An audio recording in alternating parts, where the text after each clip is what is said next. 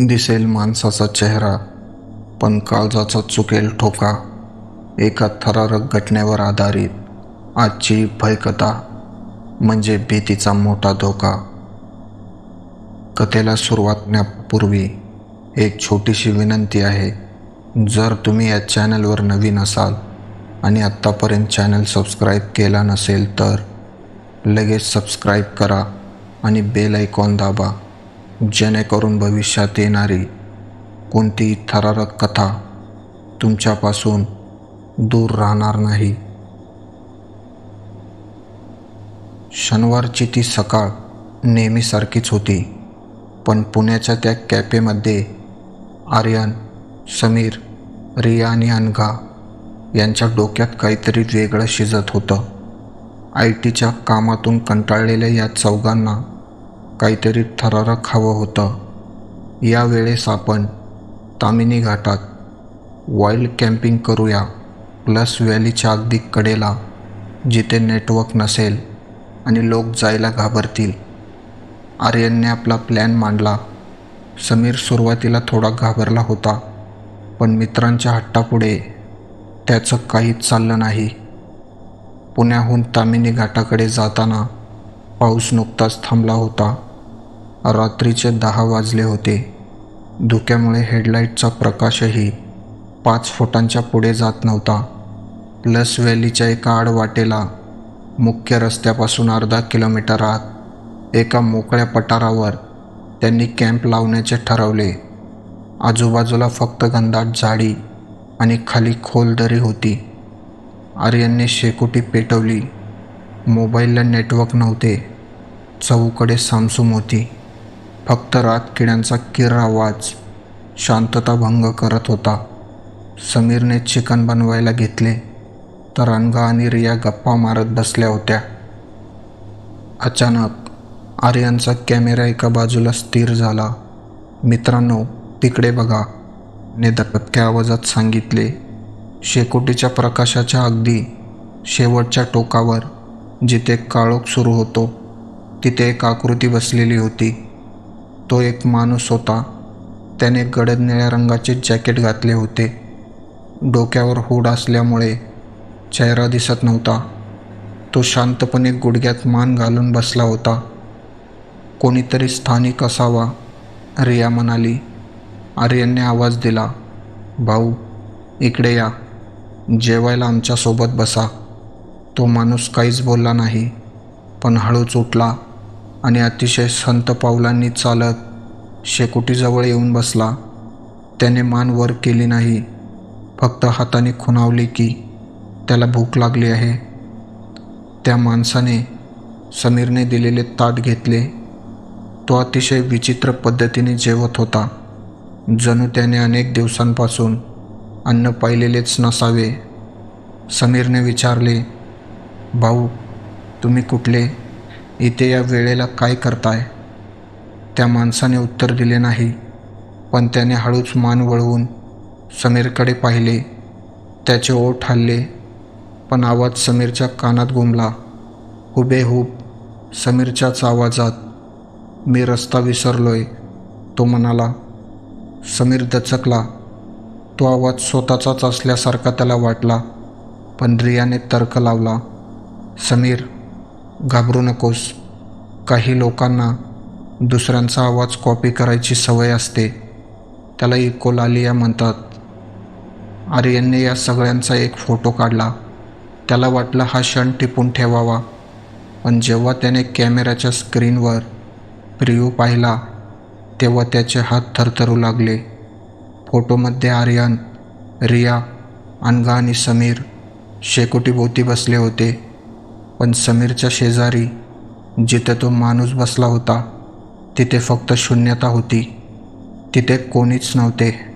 अगदी त्याचे ताटही हवेत तरंगताना दिसत होते. आर्यनने हळूच समीरला डोळ्याने इशारा केला, समीर, तिकडे बघू नकोस, शांत रहा. समीरला घाम फुटला होता. त्याने हळूच खाली वाकून त्या माणसाच्या पायांकडे पाहिले. त्या माणसाचे पाय जमिनीवर नव्हतेच. तो जमिनीपासून 2 इंच वर तरंगत होता. अचानक त्या माणसाने हूड काढला. त्याचा चेहरा हुबेहूब समीरसारखाच होता, फक्त डोळे पूर्णपणे काळे होते. तो समीरकडे बघून हसला आणि समीरच्याच आवाजात ओरडला, "समीर, तू घरी जा. आजची रात्र मी इथेच थांबतो." सगळेजण जीवाच्या आकांताने गाडीकडे धावले. त्यांनी टेंट सामान तिथेच सोडले आणि कशीबशी गाडी सुरू करून पुण्याच्या दिशेने पळाले. तासाभरानंतर जेव्हा ते शहराच्या प्रकाशात पोहोचले, तेव्हा सर्वांनी सुटकेचा निश्वास सोडला. गाडी चालवताना समीर म्हणाला, "मित्रांनो, वाचलो आपण." पण मागच्या सीटवर बसलेल्या आर्यनने जेव्हा आरशात पाहिले, तेव्हा त्याचे हृदय थांबले.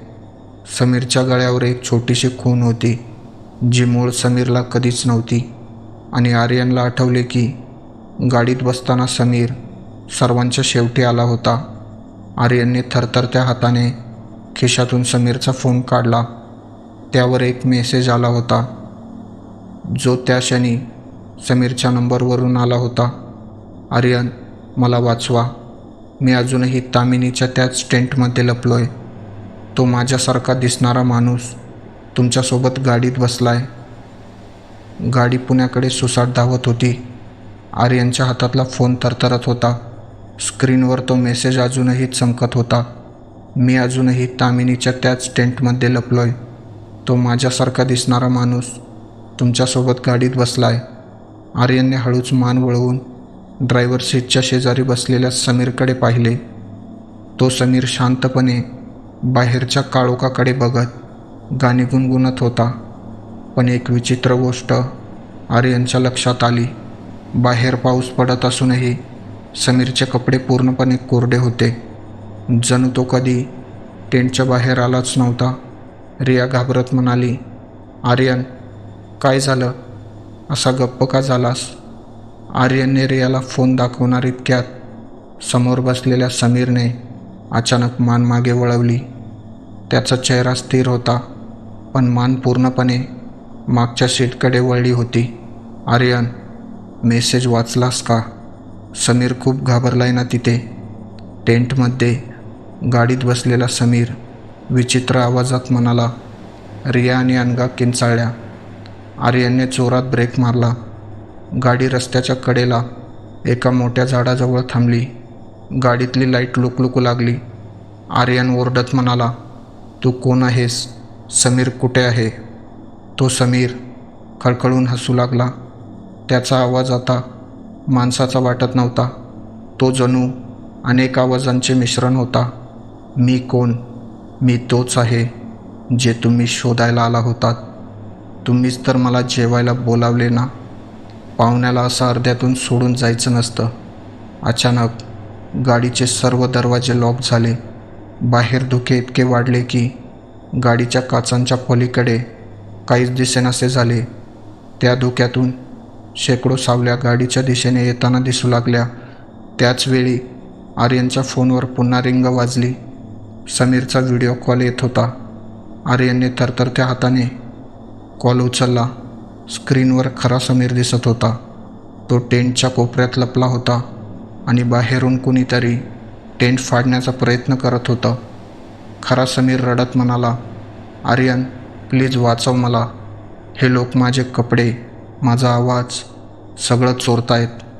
गाडी थांबवू नका. तो तुमच्यातला समीर खरा नाही आहे." गाडीत बसलेल्या समीरने आर्यनच्या हातातील फोन हिसकावून घेतला आणि कॅमेऱ्यात बघून म्हणाला, "उशीर झाला मित्रा. आता आम्ही आणि तुम्ही वेगळे उरलोच नाही आहोत." अचानक गाडीची कात तडकली. बाहेरच्या धुक्यातील एक सावली आत शिरली. आर्यन, रिया आणि अनघाला जाणीव झाली की त्यांच्या स्वतःच्या शरीराचे नियंत्रण सुटत चालले आहे. त्यांचे डोळे काळे होऊ लागले. सकाळी तामिनी घाटात पेट्रोलिंग करणाऱ्या पोलिसांना ती गाडी रस्त्याच्या कडेला बेवारस अवस्थेत सापडली. गाडीत कोणीच नव्हते. पण जेव्हा त्यांनी थोड्या अंतरावर असलेल्या त्या कॅम्पिंग साईडवर तपास केला, तेव्हा त्यांना धक्काच बसला. तिथे टेंटमध्ये 5 लोक बसले होते. आर्यन, समीर, रिया, अनघा आणि तो 5वा हूड घातलेला माणूस. ते 5ही जण शांतपणे शेकोटीभोवती बसून जेवत होते. पोलीस ऑफिसरने विचारले, तुम्ही लोक ठीक आहात ना? तुमची गाडी तिथे लांब कशी?